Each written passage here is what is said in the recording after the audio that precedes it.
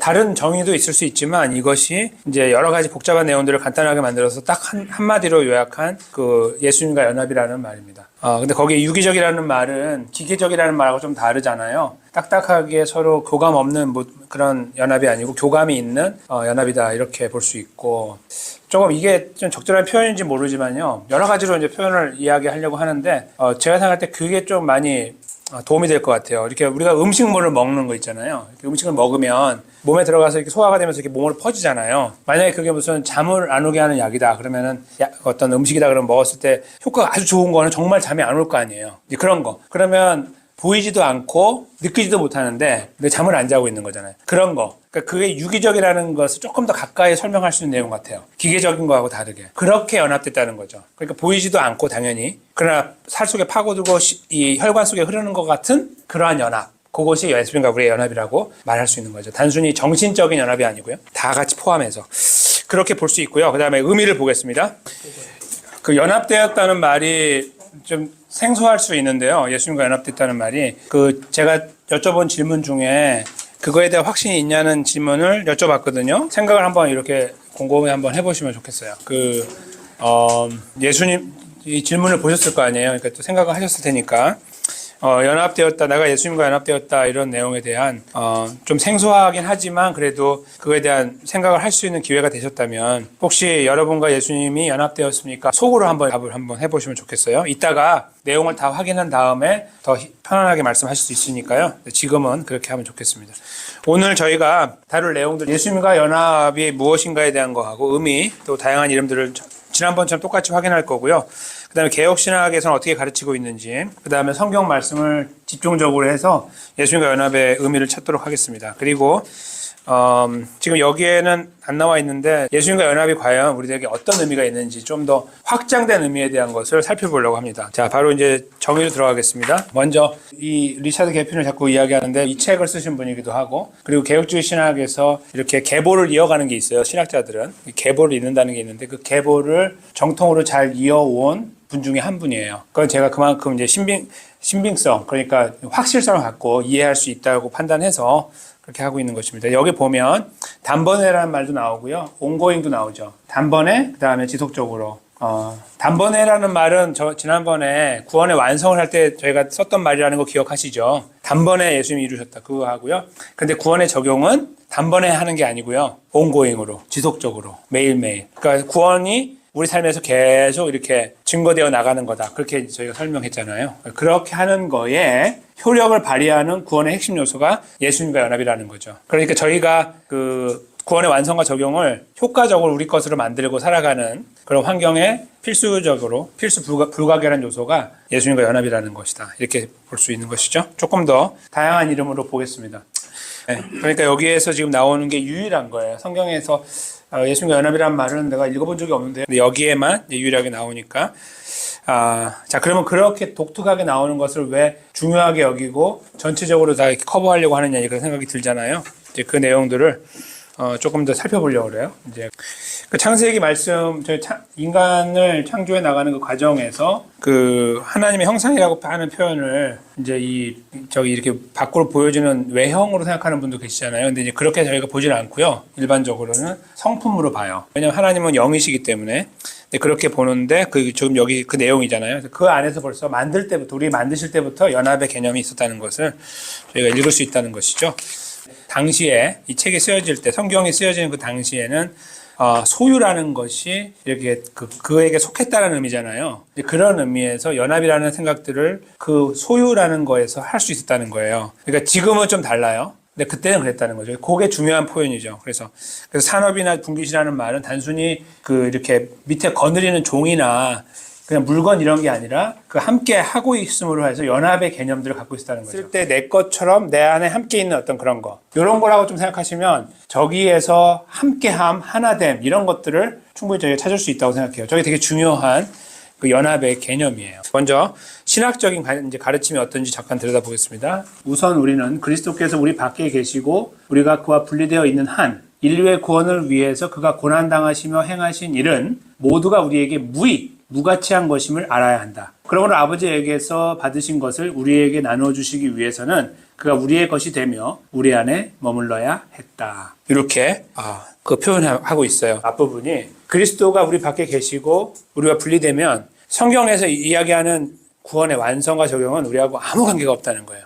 그러니까 결국은 이것을 이룬 예수를 붙잡아야지 예수님을 안 붙잡으면 그거 아무리 말해도 소용없다. 그럼 다 필요 없고 예수님만 있으면 된다는 말이었고, 다 필요 없고 예수님만 붙잡으면 된다는 말이었고, 좀 더 정확하게 말하면 다 필요 없고 예수님과 내가 연합만 되면 끝난다 이거죠. 그냥 지켜보고 있을 때는 냄새도 나고 뭔가 향기도 나고 하겠지만 내 것처럼 보이나 내 게 아니잖아요. 예수님이 안에, 예수님 이게 종합선물 이렇게 잘 보면은 한쪽은 구원이 이루어진 사건이 나오고 십자가 사건으로 부활과, 이쪽 한쪽은 그 구원의 은혜를 입은 사람들이 살아가는 방법이 나오는데 요게 이렇게 하나로 돼가지고 종합선물로 돼 있다는 말을 하고 싶은 거예요. 그러니까 그것을 냄새만 맡고 향기만 맡고 보고만 하지 말고 가서 확 이렇게 잡아버리라는 거예요. 만약에 이게 좀 작으면 그냥 삼켜버리라는 거죠. 이걸 먹어버려라. 그래서 이 안에 들어있던 그 좋은 것들을 다 너 것으로 만들어라. 그것을 이야기했습니다.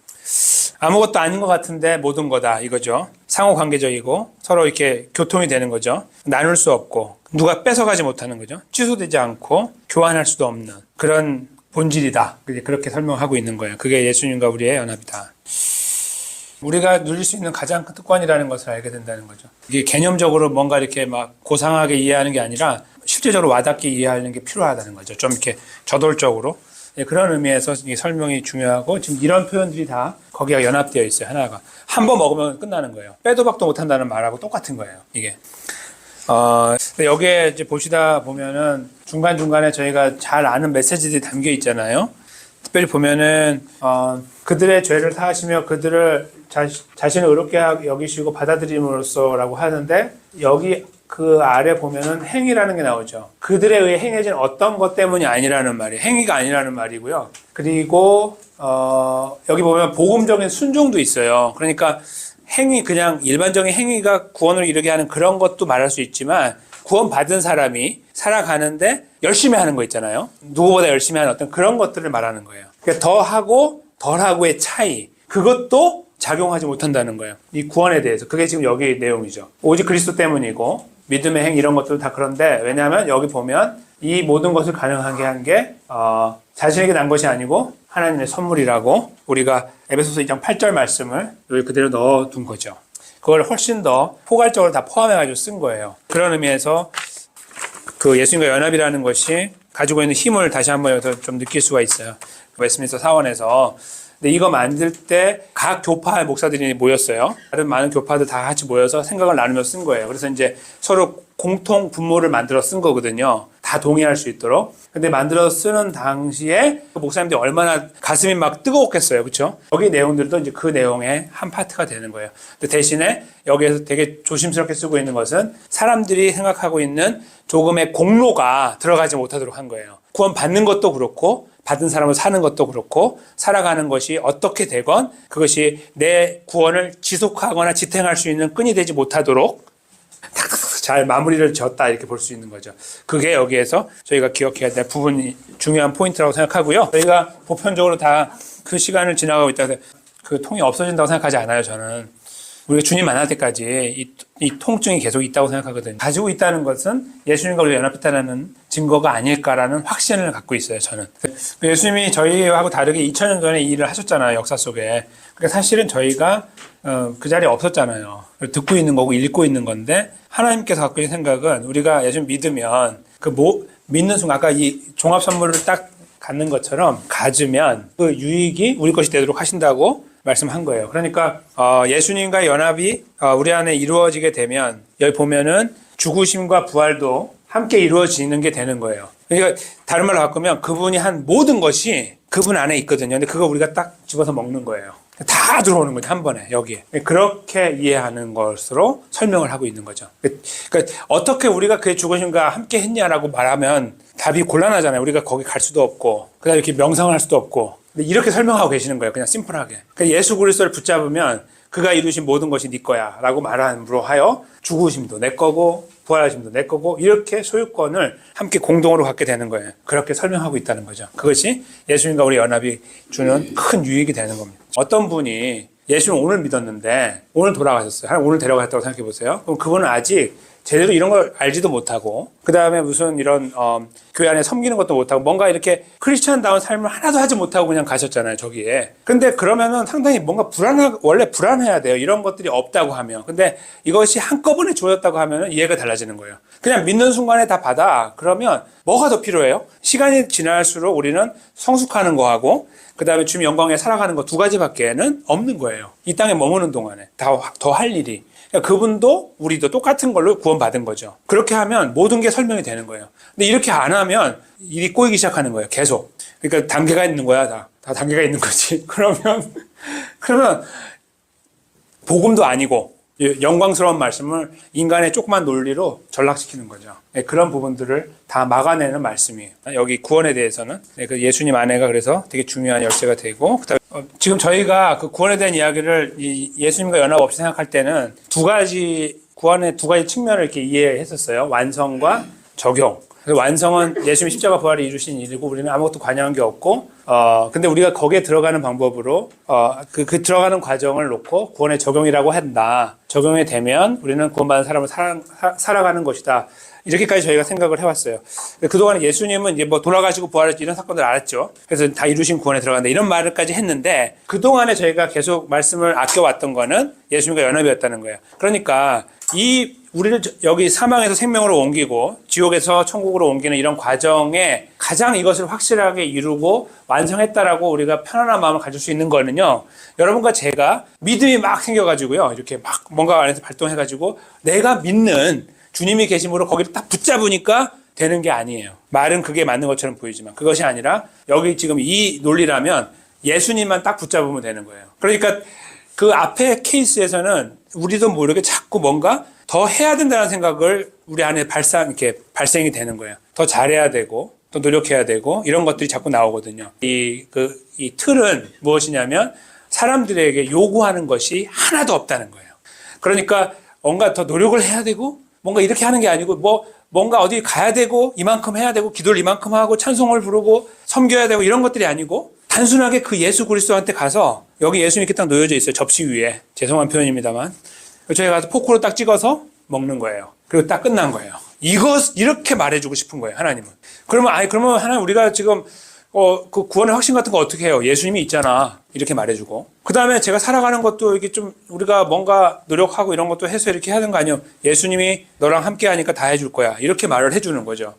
잘 생각해 보셔야 돼요. 그리고 그러니까 지금 그 예수님과의 연합을 빼어놓고 생각하면 여러분과 제가 자꾸 우리도 모르게 우리 자아에게 달려오고 우리 노력에 달려오고 마치 말씀을 의지하는 것처럼 생각하지만 그것이 부담이 돼서 여기 항상 맴돌고 있고 여기에 뭔가 해야 된다는 것이 변화가 막 맴돌고 있고 너 그렇게 해가지고 그리스도인이라고 말할 수 있어? 이런 이야기들도 여기 맴돌고 있는 거예요. 유익할 수도 있지만 유익하지 않을 때가 있어요. 특별히 결정적인 순간에. 언제냐면요. 내가 이래도 구원받을 수 있나? 이런 질문이 올 때가 있거든요. 물론 여러분과 저는 이제 그 질문이 없을 거라고 생각해요.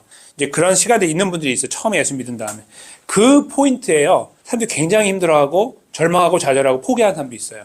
근데 지금 접근이 잘못된 거예요. 접근이. 성경은 하나님 말씀은 그 예수님께서 다 이루셨으니까 예수님이 십자가에서 다 이루었다.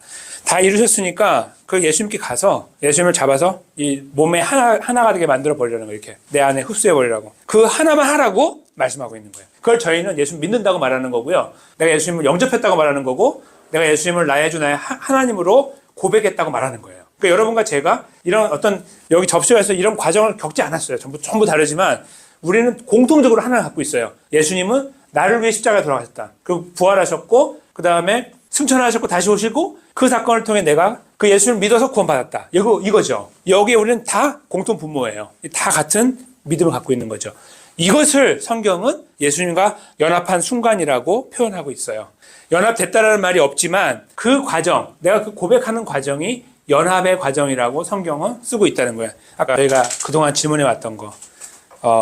그리스도인의 삶에 대해서 그게 왜 중요할까요? 그리고 그게 정말 중요하다면 여러분들은 언제 그 2번, 3번을 왔다 갔다 할 때에 언제 주님이 여러분을 충만케 해가지고 이렇게 성령 충만해가지고 누가 아무리 찔러도 끄떡없이 어떤 그런 모멘트를 지나갈 수 있냐고 그 생각이 정말 우리에게 도움이 될까라고 제가 그 붙잡고 진지하게 가지고 살아가야 되느냐 아니면 그 정도 중요하지 않을 수도 있지 않을까? 어느 순간에 보니까 이상한 잘못을 했어요. 그래서 어떤 잘못을 해가지고 지금 저희들의 머릿속에는요 뭐가 있냐면 우리만의 논리가 있는 거예요. 이 구원 얻으려면 이렇게 돼야 되는데 하는 그 생각이 있고 기준이 있는 거죠. 그래서 하나님께서 아무리 이렇게 말씀해도요 그 순간을 만나면 우리도 모르게 확 바뀌게 돼요. 그래서 갑자기 막 이렇게 저지멘탈하게 그러니까 막 정죄하는 식으로 바뀌어지는 어떤 상태로 가요. 많은 그리스도인들이 특별히 그래서 여기 한국에서 오신 분들 근데 이제 공교롭게도 미국에 있는 교회 미국 교회 안에 있는 성도들은 이런 부분은 또 확실해요. 다음 세대 우리 자녀분들이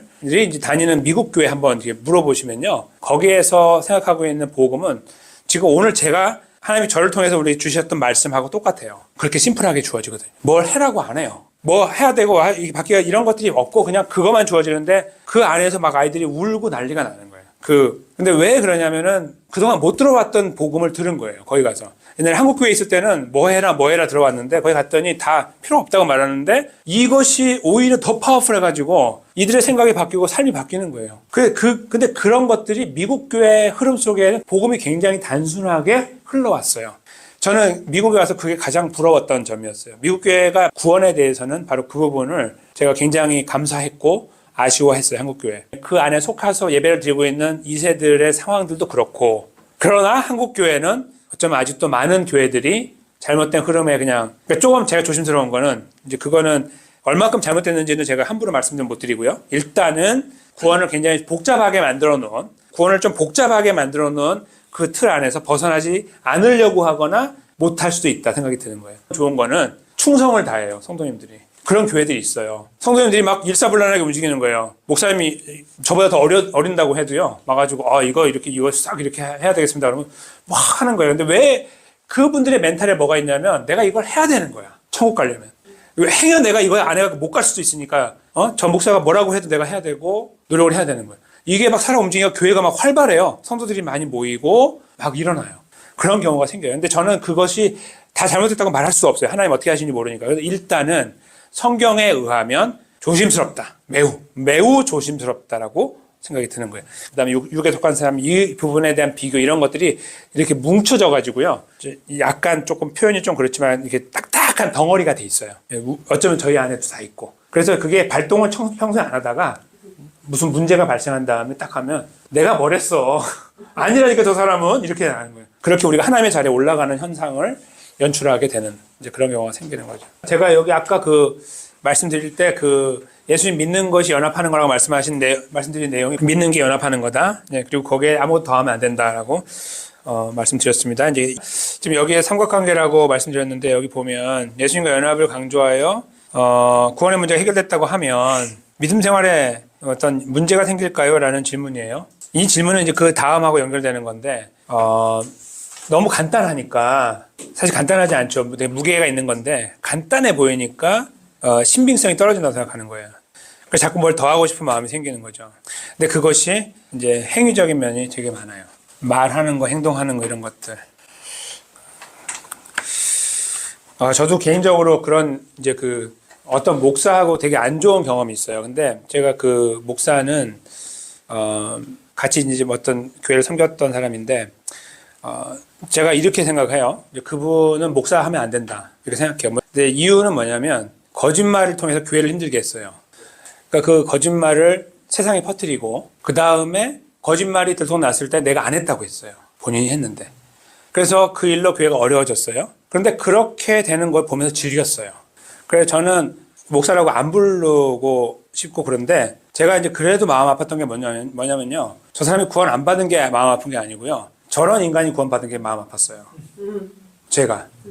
그러니까 이게 되게 중요한 그 갈림길이에요. 저 목사는 그래서 구원 받은 거 아니야가 아니고요. 그건 몰라요, 나는. 근데 구원 안 받은 것 같아. 저렇게 거짓말을 하니까. 그러나 그건 내게 아니라서 마음이 너무 아픈 것은 내가 저 친구를 다시 천국에서 본다는 게 기분 나쁜 거예요. 너무. 물론 하나님께서 알아서 하시겠죠. 제 마음을. 왜냐하면 그 마음조차도 사실 너무 문제가 있는 거거든요. 제 의를 내세우는 걸 수도 있고. 그러나 포인트는 저 악한 목사라고 부르기 싫은 저 사람이, 그래서 교회를 힘들게 한 저 사람이, 실실 웃고 했던 저 사람이 나랑 같이 천국에 있게 된다니, 이렇게 생각하는 거. 여기까지가 저희가 할 일이라고 생각이 들고, 이 내용을 다 이해한 사람으로서는 그것이 건강한 평가라고 보고, 그리고 구원의 예수님과 연합이 갖고 있는 진짜 의미에 대해서 각색하지 않는 거라고 생각해요. 각색을 하면 나름 논리를 만들고 이유를 더해서 다른 거 몰라도 거짓말 아니야 이렇게 말하거든요. 목사가 다른 거 몰라도 거짓말 아니야, 그 거짓말 구원받은 거 아니야, 이렇게 갑자기 점프해가지고 저기까지 뛰어간단 말이에요. 이렇게 사람이 촥 그냥. 저는 그렇게 말하고 싶어요, 그 사람을 보면. 그러나 그건 제가 못하니 마음이 아플 뿐이에요. 그래서 아픈 거예요. 그 사람을 본 것도 아프지만 다시 저 친구가 하나님 나라에 있게 된다니. 근데 제가 이제 그 끝자락에서 이렇게 생각했어요. 그게 굉장히 컸거든요, 어느 순간. 근데 이제 계속 기도하는 가운데 너는 얼마나 난데 이렇게 주님이 저에게 질문하시잖아요. 한마디도 못하죠. 근데 이제 그 질문이 이 모든 걸 무마시키는 게 아니에요. 저 사람 괜찮아, 그러니까 가만 놔둬, 그게 아니고요. 그 죄에 대해서 제가 인식하고 있는 건 맞는 거예요. 저 사람 나쁜 사람이야. 그거는 그대로 살아있지만 저 스스로가 그것 때문에 이 사람을 정죄하고 눌러서 제가 더 나은 사람인 것처럼 스스로 포장하면서 내가 저 사람과 같이 있다니 쯧쯧쯧 하는 것에 대한 부분을 하나님 앞에서 절제하게 만드는 거죠. 너도 마찬가지잖아. 하나님 저에게 물으실 때 저는 답할 게 없어요. 그렇죠? 그 부분은 그대로 갖고 가는 거예요. 이 부분은 두고, 그러나 그분의 구원의 문제는 건들 수 없는 거예요. 하나님께 맡기고. 그게 저희가 이 예수님과 연합에 대한 이 아주 정확하게 적혀 있는 내용에 대해서 정말 이렇다고 한다면 뭐라고 할 수 있어라고 하는 이 말에, 아이 그래도 그런 거 있잖아요, 저런 거 있잖아요, 그렇게 하지 말고 그냥 여기서 끝내자는 거죠. 그것이 바로 여기 지금 요 내용 안에서 기억해야 될 부분이라고 봅니다. 그러니까 연합이라는 것이 그냥 작은 알약처럼 제가 아까 설명드렸는데 들어와서 몸에 흡수된 다음에는 우리 몸 전체를 컨트롤하는 능력이 되는 것이죠. 이제 그렇게 표현할 수 있다. 그러니까 구원에서 가장 중요한 것은 예수님과 연합이라는 것으로 저희는 좀 더 좁혀갈 수 있습니다.